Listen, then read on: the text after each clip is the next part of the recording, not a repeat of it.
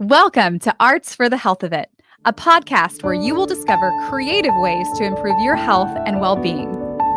Someone may have told you that art isn't for you, but they were wrong. Anyone can create arts for the health of it. No talent or experience necessary. I'm just a little songbird, try to fly my way homeward with the melody, and I make the beat. Don't know where it'll take me, cause when I'm in the dark of night, I sing my way back to the light. Come along with me and your heart will see that a song changes everything. Oh, oh, oh. Hi, everyone. Welcome to Arts for the Health of It. I'm your host, Richard Wilmore. And I'm Constanza Roeder. Today we had such a fun conversation with Sharyn Pirtle from Sing for Hope, which is an organization in New York that's been around since 2006. And they have all types of different arts programming, mostly around music, but really their goal is to provide accessibility for people that are isolated, for populations that wouldn't normally have access to the arts. So they do stuff in healthcare, they do education programs for children and adults. It's just really cool what they've done. And if you go to their website, you may recognize, they've been in the media a lot over the years, and you may recognize some of their brightly colored pianos that they do, or that they provide in cities around the country during the summer for people just to play and have access to in public spaces. That's just one small piece of what they do. But Sharyn Pirtle is a singer and a music educator, and is over their new open arts studio or open arts program that they have, where you can access the arts through their website, live interactive arts engagement, which they developed during the pandemic, like so many of us. Fascinating conversation. Richard, we talked about all kinds of different things. It went everywhere. We kind of talked about like the philosophy of arts education and solving the world's problems. We talked about at one point. As you do. It's a great conversation. Yeah. And this podcast they're going to put on their open air channel. Their open series. Arts. Yeah. Open arts. That's what I meant. So that's exciting. So you'll be able to access it on their website too. Yeah. Yeah. All right. Let's talk about her some more, shall we? Sharyn's aha moment began in a fantastic public performing arts school in her native Houston, Texas, where children from different socioeconomic backgrounds came to share their passion for the arts. Many years later, the influence of that special school inspired Sharyn to create Young at Arts, which I love that name, a performing arts after-school program dedicated to closing the gaps in arts education. In 2021, Sharyn was asked to build the new Sing for Hope Young at Arts Lab at the Amani Public Charter School in Mount Vernon, and to direct Sing for Hope's Open Arts, a fun, easy-to-use online arts program where users can enjoy live and interactive performances and up-close interviews from the brightest stars to local artists serving their communities to students who are using art to make their lives better. Open Arts' main goal is to reach those who need this dynamic connection most, youth and those in isolation. So it probably sounds like that's not going away anytime soon because it is much needed. But of course, she could probably have a 9-hour long podcast because it was just fun to talk to her, but we forgot to take a commercial, as we always do. And it's always in my notes, and I never do it because I get so into it. So we're going to take a break, and we're going to be back with Sharyn after this. Whether you consider yourself a musician or not, music is all around us, and it affects our everyday lives. Whether it's background music influencing our shopping habits in a store, organ music adding the vibe to a baseball game, or a playlist convincing us to keep going on that last mile of a run. I'm Mindy Peterson, host of the podcast Enhance Life with Music, where we take a holistic look at the power of music in our everyday lives through the lens of science and health, sports and entertainment, business, and education. You can find me and Enhance Life with Music at mpetersonmusic.com/podcast or wherever you get your audio. Unleash the power of music. Make your day richer with The Richard Wilmore Show. Meet amazing musicians, talented actors, brilliant authors, hilarious comedians, and the most creative people in entertainment. Download the KP Media TV app to watch on Apple TV, Roku, and Amazon Fire. Medical professionals are burning out at an alarming rate. Burnout can cause health workers to feel hopeless, trapped, helpless, worthless, depressed, sleepless, and tired. By joining the Hearts Need Art Gratitude Grams program, medical staff receive a personalized email and video from a musician, an artist, or writer once a week that includes a message of thanks, an encouraging song, uplifting poem, or a simple art activity. After watching their gratitude gram, participants report feeling more hopeful, empowered, energized, and appreciated. If you are or know a healthcare worker that would like to receive free gratitude grams, please visit heartsneedart.org. All right, Sharyn, thanks for jumping on with us today. Well, thank you, Richard, and thank you, Constanza. It's very, very wonderful to be here. I have a question. Yes. Are you a singer? I am a singer, but my time, as of many, many years late, it has been overtaken by building a school and working on the directorial side of things. So when was Oh, sorry, go. No, okay. Go ahead, Richard. So when was the last time you sang, like, for the fun of it? Like, not besides like in your car? Well, I sing all the time. Okay, good. Because I sing for my kids if I'm teaching, and I will say the last performance I did was I hate to say it, was at a funeral. Aww. Yeah, but it was beautiful. Yeah. Aww. It's sometimes the most beautiful. Right. That's like right. such an honor to be able to sing for people. Yes. No. I would love to hear about your story, kind of going from singer, like your background in music, crossing over to the work you're doing now with Sing for Hope. Absolutely. Well, I guess it goes back to when I moved to New York, and I just started looking around my area, and I live just above the Bronx. If you can kind of picture where the Bronx is, which is the start of New York State, and Manhattan is just over the little bridge.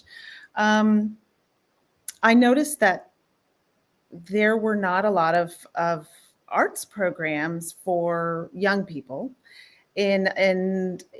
particularly in areas where children were in need or where there were large gaps in education and opportunities for education. And so I grew up in Texas. I grew up in Houston, Texas, and we had this wonderful arts program throughout the Houston Independent School District. And actually, at the time that I was entering, this dates me a little bit, at the time that I was entering kindergarten, the Texas schools were dragging their feet on properly integrating the schools in a good way. And so Houston started an arts magnet program just as I was entering kindergarten, and my school was picked to do that. And so instead of just shuffling kids, which was what the busing thing that happened in the early 1970s, which is, we're just going to take kids from this neighborhood way over here and dump them in this school without any rhyme or reason. It was, do you want to go to this school to study how to play the violin or learn how to sing, right? And it just changed my life. And I'm so grateful for that. And I went through the arts program all the way through the arts high school in the Houston schools. But I think the greatest gift that it gave me was this lovely melting pot of friends. So when I came up here, I looked around and I saw that of all places, right here in New York City or just outside in the suburbs, that wasn't happening. Arts was not happening for young people And there were lovely schools with really, really robust arts programs, but they are not diverse at all. Mm. And so that's where I started. I started an after-school program that just grew and grew and grew. And here we are with Sing for Hope, where we are providing a full school day music program plus every day after school until 6:30.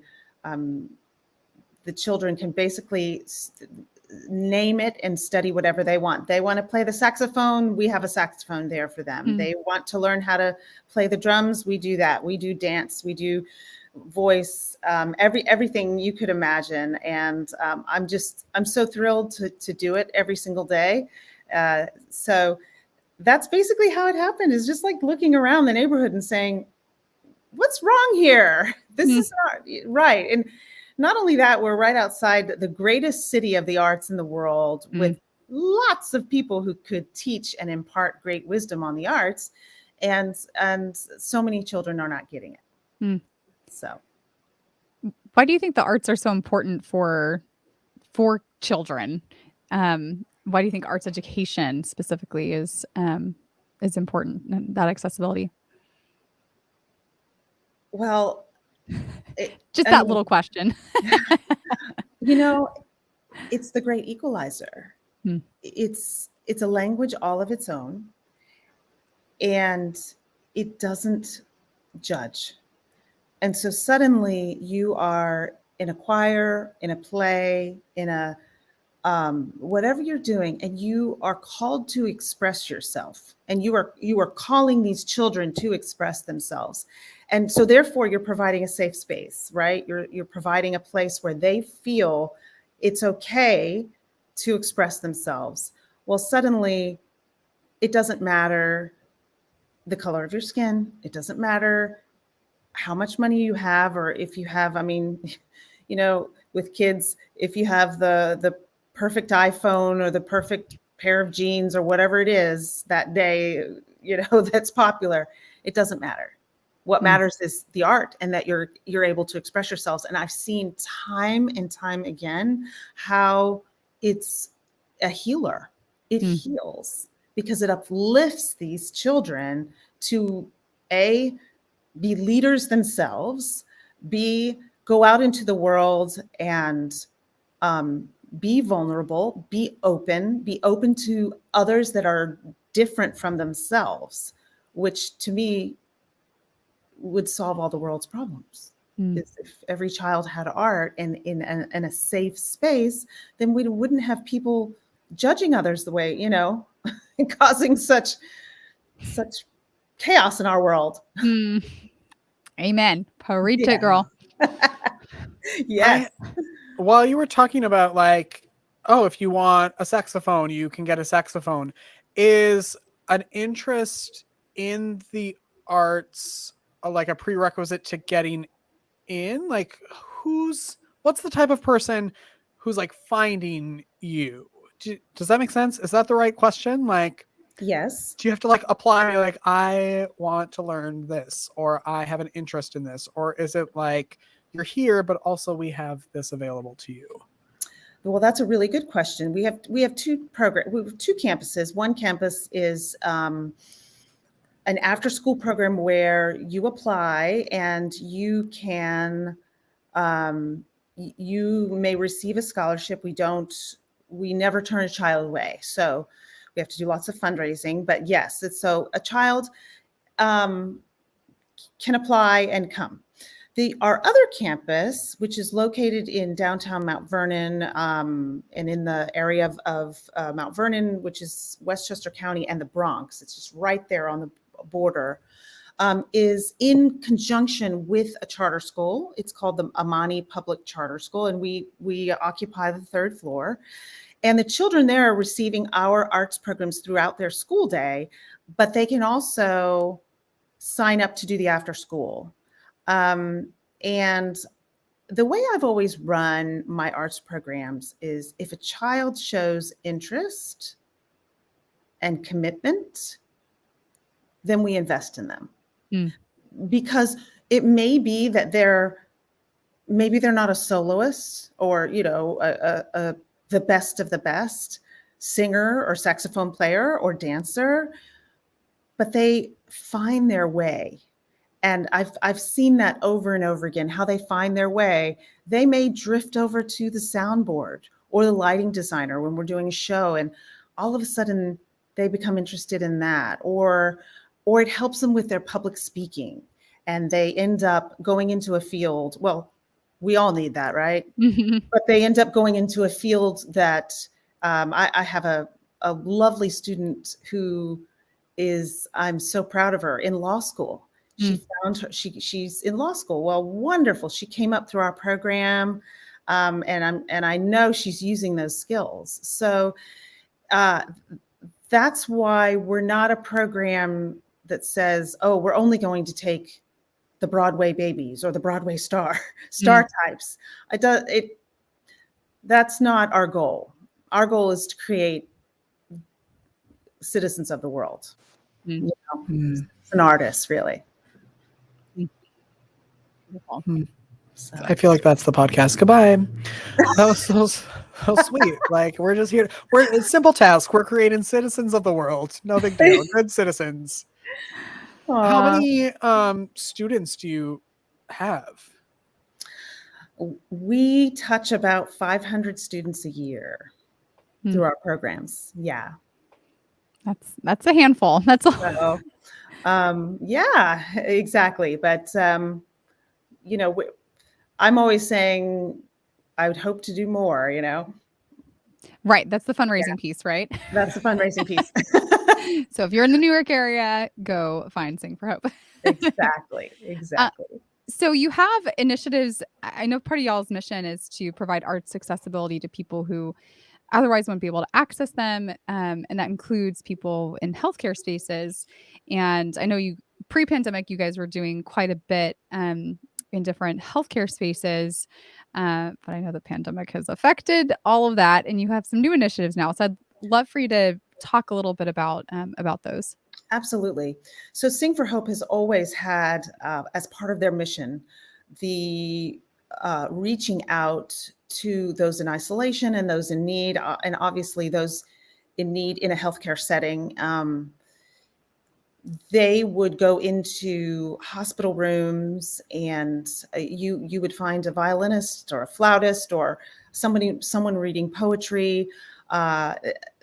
Since the beginning of Sing for Hope in 2006, this was a large part of their mission. Obviously, COVID came, and they couldn't do that. But of course, with that comes ingenuity, and how are we going to reach this population? And so through this, Open Arts was born, and it sounds to me like you were doing the same thing with this lovely podcast, which is just being able to reach out to those folks in a way that's safe. But it's a wonderful use of technology. What I hope is that it will continue along with live performances, which are coming back. But it was just a way to bring the arts to those who couldn't get out. And so Open Arts is a free online platform that has daily interactive concerts, talks and interviews on interesting topics with artists, young and old. And it's our hope that it will be in every elder care facility across the country. We launched it back in the spring and are working on that. But that was really where it came from, is how, aside from, going to the window of an elder care facility and having a quartet play, how could we get into the space? Now, New York is opening up, obviously. We're opening up around the country. And with that, we've also been participating in what's called Restart New York. And part of that, we received a grant to go to elder care facilities. And we've been doing live concerts, but we've been doing them mostly outside, which of course can always be canceled due to weather, but we've gotten quite a few done. We've also had some get canceled due to COVID outbreaks. They're still happening. And in the minute someone in a facility like that gets ill, then they have to cancel.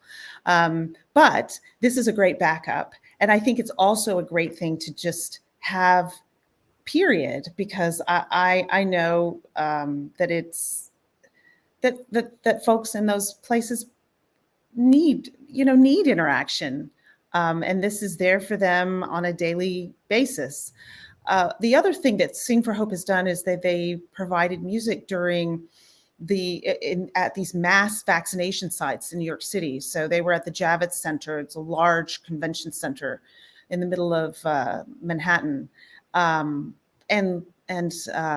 literally there were studies saying that the stress level was lowered when the music was taking place and live concerts were taking place.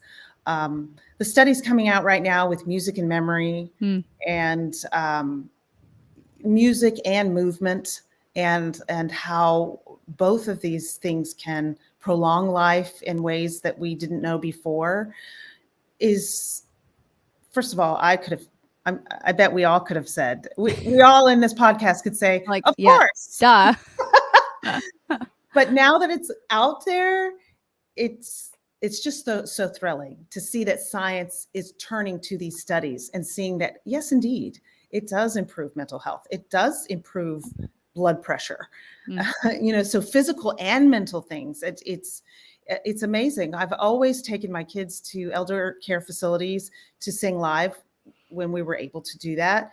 And we would go around Christmas time and we would see these Alzheimer's patients begin to sing the carols. They would come up and stand with the children.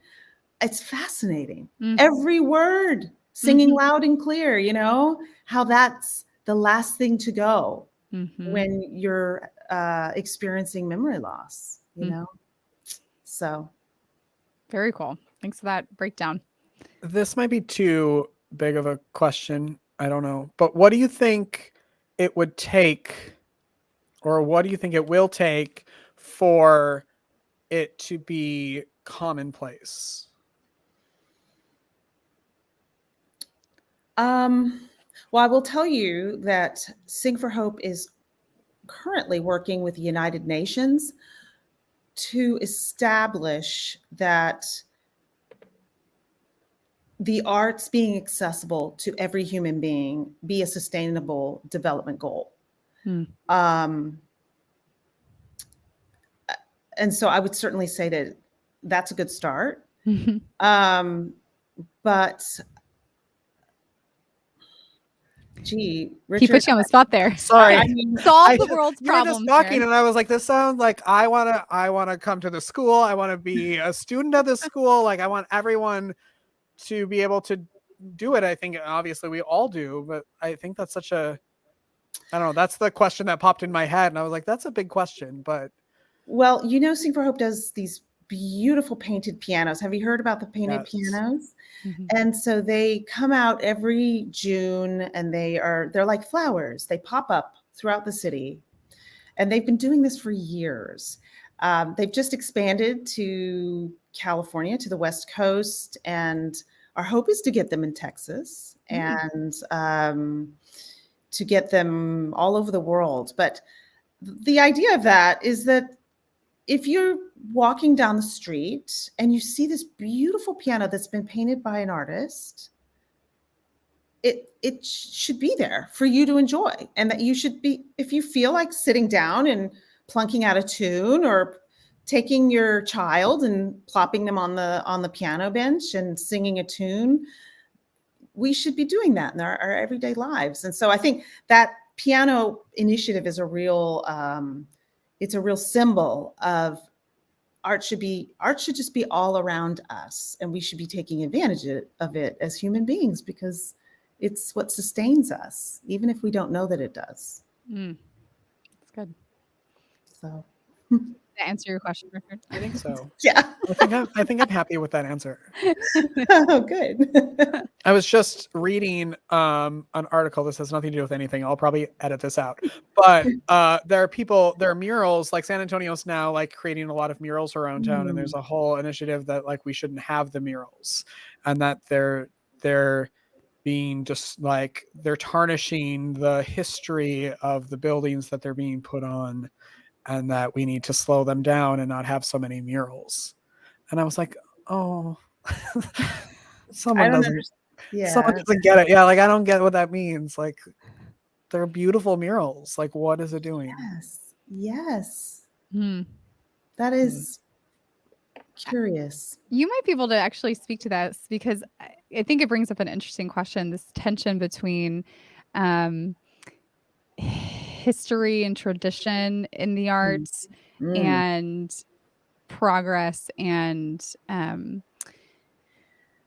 contemporary expressions, relevant expressions of the arts. I know in music education, this pull between like, okay, classical training versus contemporary commercial music, and traditional historical building versus, using it as a canvas to speak to the times that we're in now. I feel like there's this tension that exists throughout the arts and arts education specifically. And I wonder if you have any thoughts on that. Yeah, I love that you asked that question because I ponder it a lot. And the way I've always run my school is that we study music. We study great music, period. Mm-hmm. Even though I was classically trained, I have 2 degrees in classical music. And of course, I adore classical music. But I honestly feel like a Dolly Parton song, who I personally think that she should be part of the art song repertoire for an American singer, because I think that her songs, she has like thousands of songs, by the way. Mm-hmm. I've heard that about her. She's just so prolific. But like Dolly Parton song should stand next to a Schubert song. There's no reason why it shouldn't. So we usually program our concerts that way. We put on great music. That's that. And the kids study every style. There is a tension because if you think about it, how many female composers did I study when I was going through a very rigorous classical voice program? Oh no, now you've done it. You've opened Pandora's box. Is this a game? Maybe like 2. Yeah. No. How many composers of color did we study? Yep. So that has to change. Oh, the answer is 0. If you have not gone through a classical music program, the answer to that is generally 0. 0. Yep. I mean, except for the Burleigh spirituals. And I want to say Burleigh arranged them, an African-American, gentleman who arranged them. But yeah, so, I mean, we have a performance this weekend, and we are doing Earth, Wind, and Fire, and we are doing something from Once on This Island, and we are doing Hiatus Coyote, who's this really cool Australian indie band. We have bands at my school as well. I mean, and we're doing Seasons of Love from Rent. And yeah, so awesome.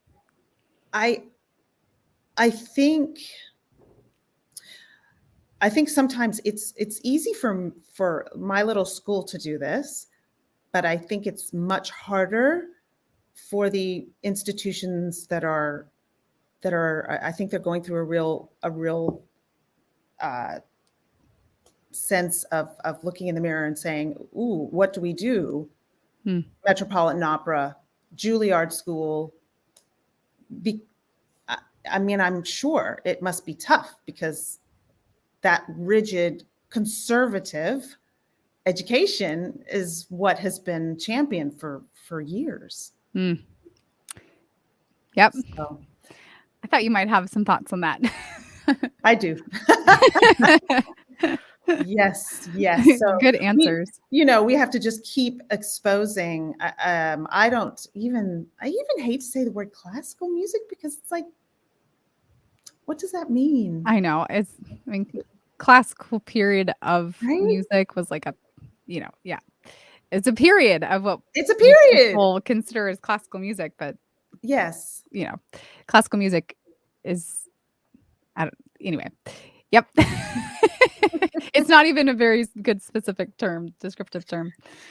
Yeah. Goodness.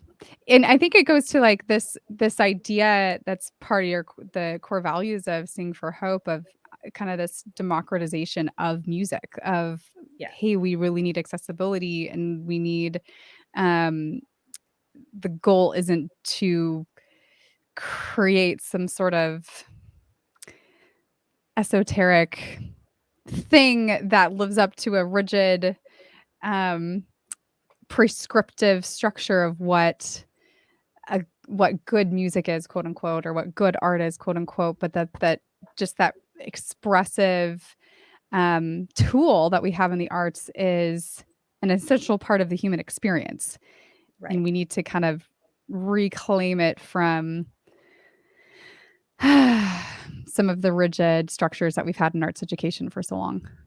Yes. It sounds like you guys are doing that. It needs to come out of the ivory towers, and it needs to be for everyone, not just to those who can afford it. And I think a couple of years ago there was a wonderful documentary on PBS about the history of country music. I don't know if you watched that, but it was really great because, first of all, there are two things about country music. First, people think it's just redneck, right? Am I allowed to say that word? Of course. We're in Texas, I feel like. You're from Texas. It's all good. Right. Yeah.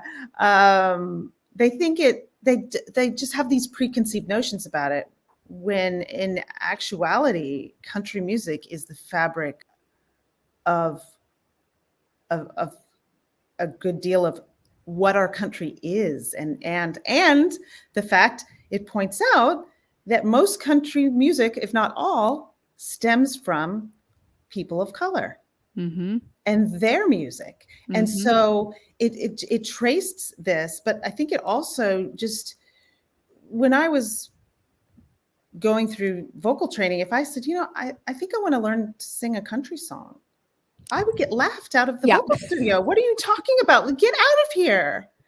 And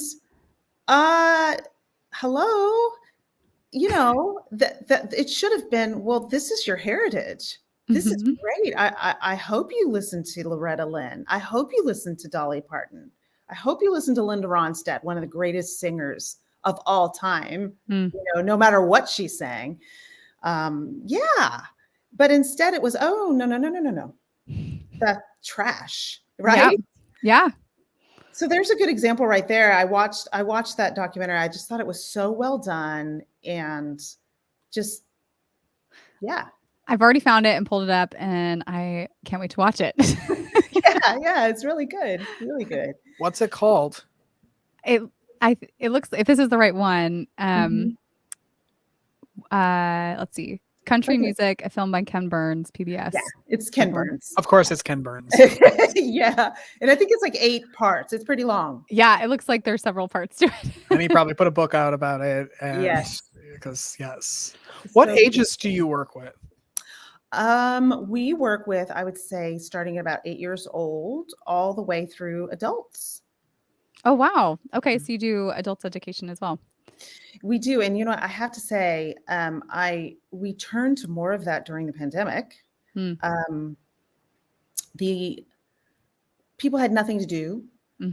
And I kind of just put it out there. I said, look, we're all sitting at home, and it's kind of this is a bad time. Singing is so good for you. It's so good for your health, good for your body.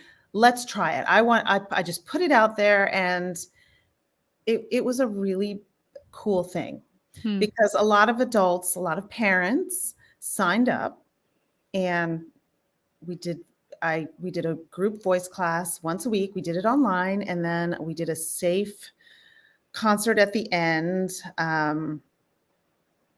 And just, it was powerful.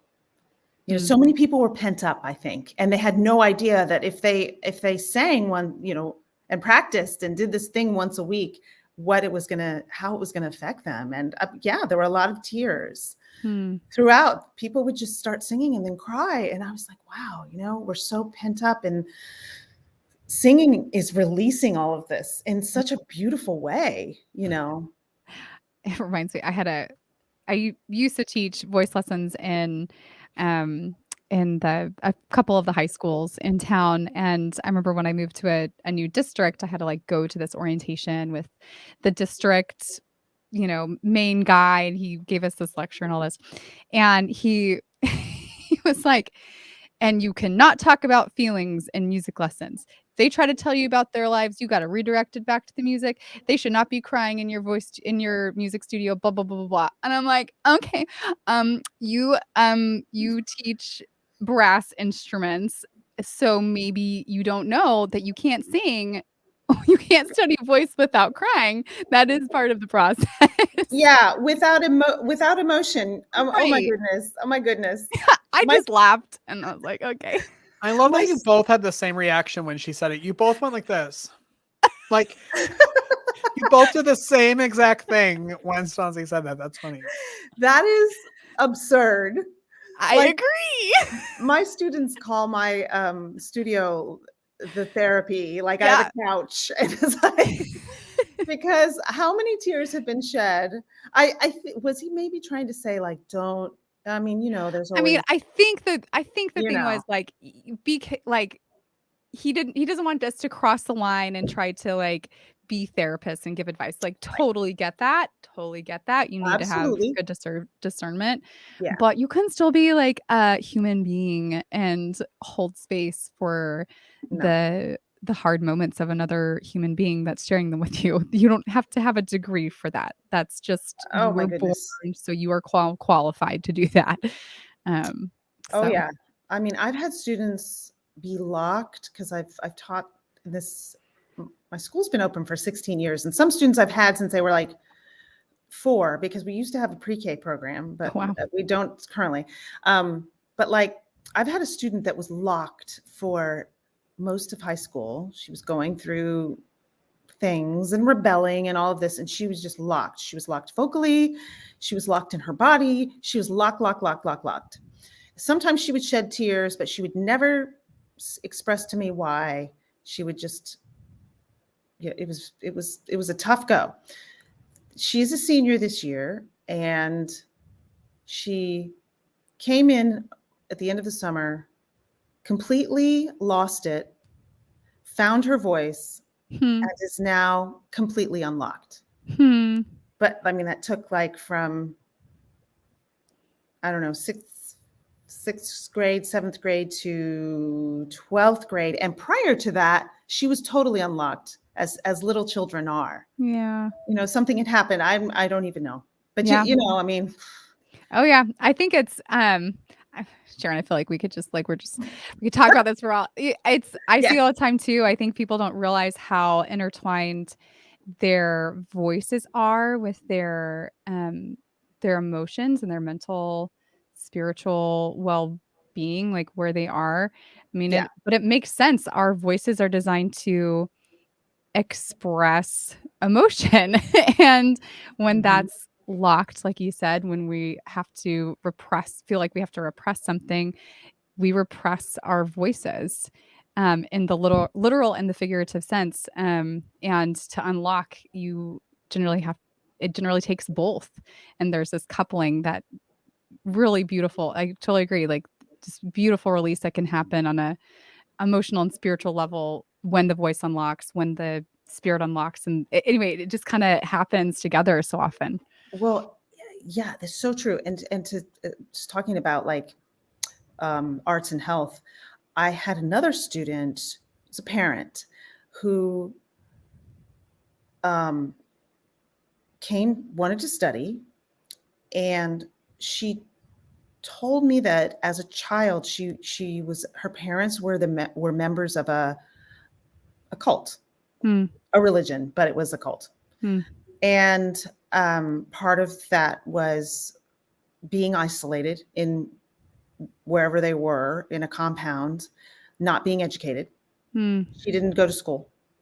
She said she was barefoot every day, like Wow. just walk, just no education, nothing. And it was such a wild story. I was just in awe. She said that eventually her parents were arrested because the cult ended up being like a gambling ring. And she escaped. And long story short, I mean, she's now very successful, owns her own business, obviously knows how to read, taught herself, Hmm. has beautiful children and a husband, but she wanted voice lessons because her voice, I think to rebel, she stopped speaking as a child and held on to that for a very long time. But now she's an adult and her voice sounds like a child. So Wow. she wanted me to help her try to unlock that. She talked like this. Oh, She talked like a little baby, like she was 8. wow. Because she had stopped speaking. How fascinating is that? Oh my gosh. Yeah. So I think, like the muscles are just, they were like paralyzed Wow. from her not speaking for so long, or just like suppressing and not speaking very much, or whatever she went through. It was just like a trauma to the voice box. Mm-hmm.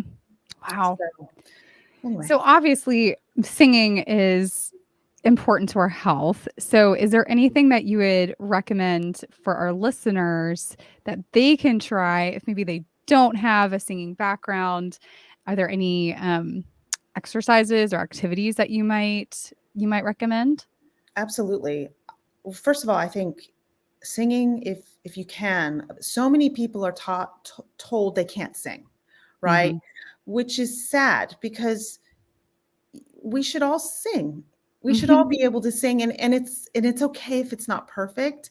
And I think that there was a time when people would just gather around the piano and sing, when we didn't have, gazillion channels and screens and everything. There was just the piano in the parlor at night, or the radio, right? But so many people are like traumatized by the teacher that said, you can't sing. In fact, I've gotten many students who I don't think there's no, I do not believe that tone deaf is a thing. I think you can teach, and I've done that, where I've taught someone who couldn't match pitch very well how to match pitch, but there's sometimes someone along the way says, oh, horrible, you can't sing. And then you're afraid to do so. But I think that singing is so healthy because it gets us to breathe. And so, and along with that, I think singing goes along really well with yoga. If people practice yoga, because all of the deep breathing that you do as a singer, whether you're singing in a choir or taking a voice lesson, and the breathing that you do in yoga, it's very similar. And if when you walk out of a voice lesson, or you walk out of a yoga class, you feel better. I always say, oh, I feel like I'm walking on air. Why is that? Well, a lot of it is the deep breathing, right? And the ground, it's the deep breathing and the grounding of yourself, and to sing well, you have to be able to access that place to where everything can be free, where you don't tense up here and tense up in your body. You can just be free. So I guess that's my advice. Is just sing with freedom, sing what you want to sing. Doesn't matter how old you are. If you're 65, but you want to sing a Madonna song, go for it. Do it. Why not? Yes. 100% will be me. Mark my words. I'll be 65. and I will be singing Madonna. I think that season 2 of Arts for the Health of It is going to just be everyone from season 1 coming back in a rotation, because these could be 9-hour long I know. conversations. Oh. But how can people best connect with you and with Sing for Hope? Well, yes. Well, thank you so much for asking that question. We are online, obviously, at singforhope.org. And if you would like to access our open arts, it airs every day, Monday through Friday at 4 p.m. And then, of course, you can access it after 4 p.m. if you can't catch it. But that's at singforhope.org/open arts. Make sure you go to heartsneedart.org, click on the podcast link for all of the show notes from everything we talked about today. Sharyn, you're the best. Oh, y'all are the best. And I love it that you're in San Antonio. That's Yes. really cool. My family's there. I've got family in San Antonio. Hi. We'll to wave all at my them cousins. for you. I love the redneck music. Yes. Yes. Well, thank you everyone for listening and watching this week. We will be back next week with a new episode. Make sure you keep creating. Goodbye, everyone. Thank you for listening to Arts for the Health of It, a podcast produced by Hearts Need Art, creative support for patients and caregivers, in partnership with the National Organization for Arts and Health. You can help others learn about the healing power of the arts by subscribing, sharing, and reviewing the podcast wherever you listen or watch. The podcast is hosted by Richard Wilmore, co-hosted by Constanza Rader. Our theme song, Songbird, is written and performed by Natalie Lane. Visit heartsneedart.org to learn how you can support our mission to create joy with people facing life-altering health challenges. Join us next week to learn more ways you can create arts for the health of it. The views expressed on this podcast do not necessarily reflect the views of Hearts Need Art, their staff, board members, or other affiliates. All content is created for informational purposes only. This podcast is not intended to be a substitute for professional medical advice or to diagnose and treat any health condition. Always seek the advice of your physician or other qualified health professional with any questions you may have regarding a medical condition. Never disregard professional medical advice or delay in seeking it because of something you heard on this podcast.